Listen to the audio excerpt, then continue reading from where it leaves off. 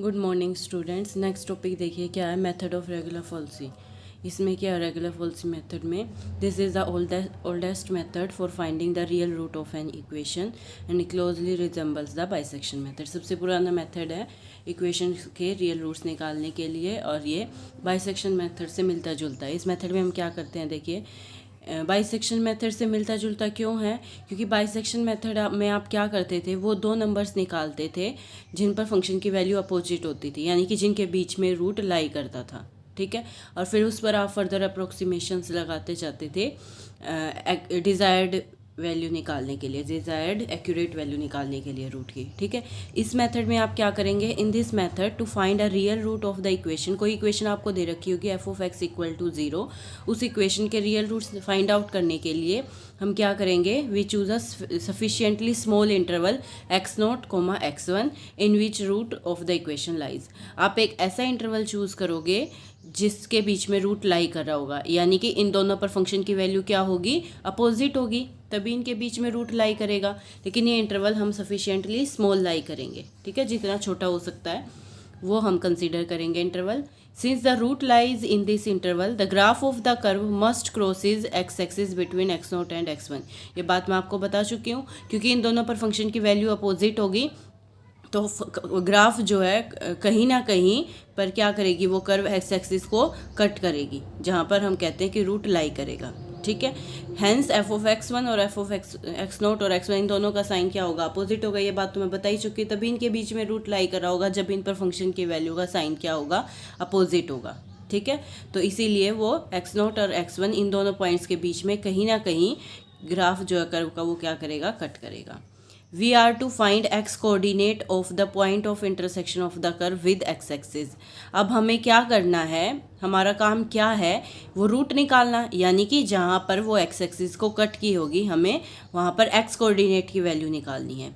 जब कोई भी पॉइंट आप कंसीडर करते हो तो x और y दोनों लेते हो ना, आप कोई भी पॉइंट आप कोऑर्डिनेट सिस्टम में लोगे तो x कोऑर्डिनेट भी होगा और y कोऑर्डिनेट भी होगा। ठीक है, लेकिन रूट कौन सा होता है, जो x कोऑर्डिनेट की वैल्यू होती है। ठीक है, तो हमें क्या करनी है, we are to find the x coordinate of the point of intersection of the curve with x axis.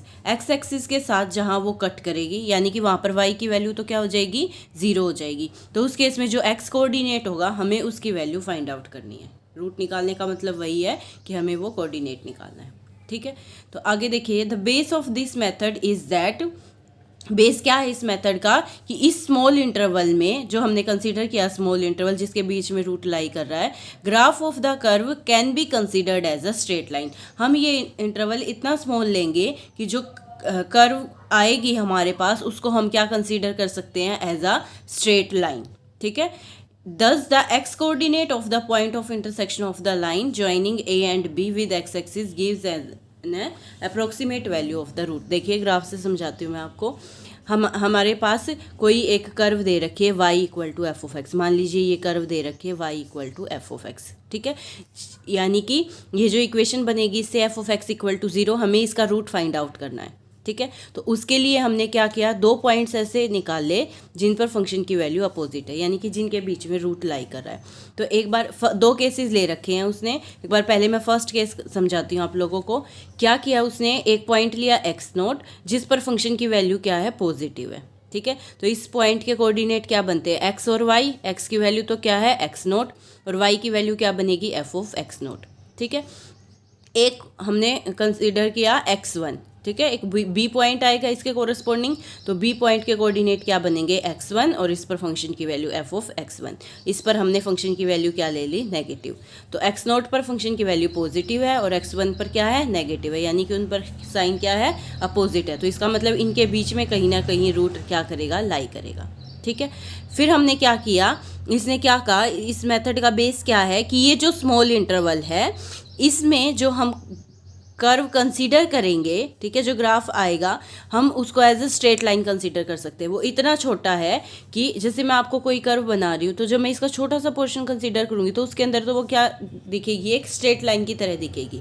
ठीक है, तो इसीलिए इसने x0 और x1 इतना छोटा इंटरवल लिया है कि हम इस कर्व को क्या ले सकते हैं, एज अ स्ट्रेट लाइन।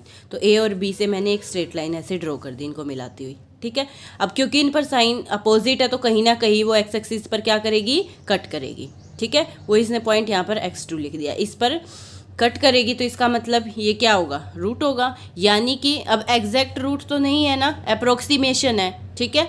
अब इस पर फिर से हम क्या करेंगे, फंक्शन की वैल्यू चेक करेंगे, ठीक है। वो काम मैं आपको बाद में बताती हूँ। पहले हमने जो ये स्ट्रेट लाइन कंसीडर की है, इस स्ट्रेट लाइन की हम इक्वेशन लिखते हैं। जो ए और बी को ज्वाइन करती हुई स्ट्रेट लाइन है, इस स्ट्रेट लाइन की इक्वेशन लिखते हैं। वो क्या आएगी, now equation of the straight line joining A and B as, अगर आपके पास दो पॉइंट होते थे x1 x2 y1 y2, ठीक है, तो आप जो इक्वेशन लिखते थे वो आप कैसे लिखते थे, दो लाइन को ज्वाइन करती हुई y माइनस y1, ठीक है। दो पॉइंट में अगर लेती हूँ xy और x1 y1, तब उस केस में आप क्या लिखते थे, y minus y1 equal to y2 minus y1 upon x2 minus x1 और x माइनस x1, यही लिखते थे ना, ठीक है। अब यहाँ पर पॉइंट क्या है, क्योंकि x naught F of x note है और दूसरा क्या है x1 एफ ऑफ x1 है, तो उस केस में इक्वेशन क्या बन जाएगी, y minus F of x naught equal to y2 minus y1 होता था तो f of x1 minus F of x note,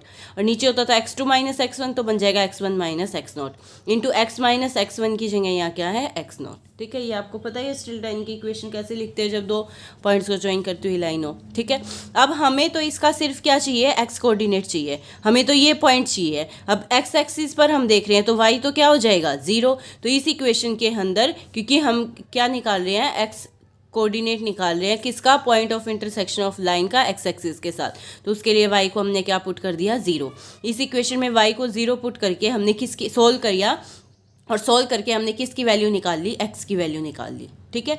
अब जो ये x की वैल्यू आई है, इस x की वैल्यू यानी कि यही तो हमें चाहिए थी, लेकिन ये एग्जैक्ट वैल्यू नहीं आई, मतलब डिज़ायर्ड वैल्यू जो आपको चाहिए जितनी एक्यूरेसी तक, अगर वहाँ तक नहीं आई है तो उस केस में हम इसको फर्स्ट अप्रोक्सीमेशन मान लेंगे। तो इसको हमने नाम क्या दे दिया, x1। अब ये फॉर्मूला आ गया आपके पास। अब इसको याद रखना मुश्किल है तो इसके लिए हमने क्या किया, इसको सिंप्लीफाई कर लिया, इसका एलसीएम लिया, कुछ टर्म कैंसिल हो जाएंगी तो आपके पास सिंप्लीफाई करके ये फॉर्मूला बन जाएगा। तो फर्स्ट अप्रोक्सीमेशन कैसे निकलेगी, x naught F of x1 minus x1 F of x naught divided by F of x1 minus F of x naught. ये हमारे पास क्या आ गया, required regular falsi iterative formula आ गया। ये तो फर्स्ट अप्रोक्सीमेशन आई है। आगे दोबारा से अगर आपके पास ये एग्जैक्ट रूट नहीं आया, दोबारा से आपको अप्रोक्सीमेशन निकालनी है, तो फिर उस केस में आप क्या करेंगे, मैं ग्राफ से बताती हूँ।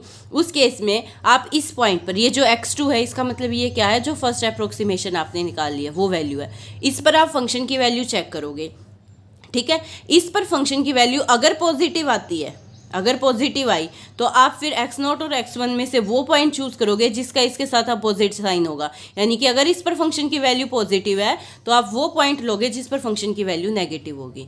तो दोबारा से जो दो पॉइंट कंसीडर करने थे वो आप कौन से करोगे, एक तो ये फर्स्ट अप्रोक्सीमेशन वाला और एक x1, क्योंकि इनके बीच में रूट लाई करेगा।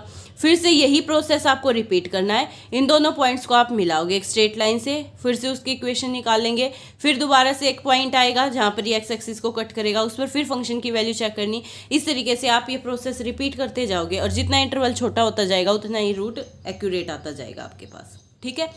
दूसरा केस ऐसा भी हो सकता है जैसे इसने यहाँ पर बताया, यहाँ पर तो x2 की वैल्यू क्या आई थी, पॉजिटिव आई थी, तो इसीलिए हमने ये वाला इंटरवल कंसीडर किया x2 x1 वाला। लेकिन हो सकता है कि x2 पर फंक्शन की वैल्यू नेगेटिव आ जाए, तो उस केस में फिर आप कौन सा पॉइंट कंसीडर करोगे, x नोट, क्योंकि इस पर फंक्शन की वैल्यू क्या है, पॉजिटिव, तो फिर आप ये वाला इंटरवल कंसीडर करोगे x नोट x2। काम यही करना आपको, फिर से इन दोनों पॉइंट्स को ज्वाइन करना है, जहाँ कट करेगा फिर से उस पर फिर यही प्रोसेस रिपीट करनी है, ठीक है, एक्स एक्सिस पर जहाँ कट करेगा। तो यही लिखा हुआ है इसने इसमें। नाउ इफ अगर एफ ऑफ x1 और ये यानी कि फर्स्ट अप्रोक्सीमेशन वाला और एफ ऑफ x1 का साइन अपोजिट आ जाता है, तो आप फिर क्या करोगे, जब नेक्स्ट अप्रोक्सीमेशन निकालोगे तो इसका मतलब रूट लाई करेगा ये जो वैल्यू आई है अब फर्स्ट अप्रोक्सीमेशन से और जो x1 है उनके बीच में। अगर ऐसा नहीं होता तो इसका मतलब एफ ऑफ x नोट के साथ साइन अपोजिट होगा, तो फिर उस केस में पहले वाले इंटरवल में वैल्यू लाई करेगी। ये सारी बात मैं आपको ग्राफ से समझा चुकी हूँ और यही प्रोसीजर आपको रिपीट करते रहना है। कब तक, जब तक आपके पास रूट आ ना जाए डिजायर्ड डिग्री ऑफ एक्यूरेसी तक, ठीक है। अब इन जनरल अगर आपको फॉर्मूला लिखना है तो हमने क्या किया, ये i+1 आइट्रेशन के लिए इसने इन जनरल लिख दिया, ठीक है। जनरल xi+1 इक्वल टू क्या आ जाएगा, ये x2 एक तरीके से ये किसकी वैल्यू है, x2 की वैल्यू है ना, ग्राफ से मैंने आपको बताया ये x2 है, तो इसीलिए यहाँ xi+1 लिखा, फर्स्ट अप्रोक्सीमेशन से x2 की वैल्यू आ रही है, तो इसीलिए अगर आप इसको अप्रोक्सीमेशन लिखते हो तो ये ith अप्रोक्सीमेशन के लिए हम इन जनरल लिख रहे हैं, वैल्यू किसकी आएगी, xi+1 की। क्या आएगी, एक कम है ना, x1 है तो यहाँ x0 लिख रहे थे, तो यहाँ क्या आ जाएगा, xi-1 f(xi) माइनस एक्स आई -1 अपॉन f(xi) माइनस f(xi) -1। तो ये आपके पास फॉर्मूला निकल गया इन जनरल किसका, रेगुलर फॉल्सी मेथड का। ठीक है।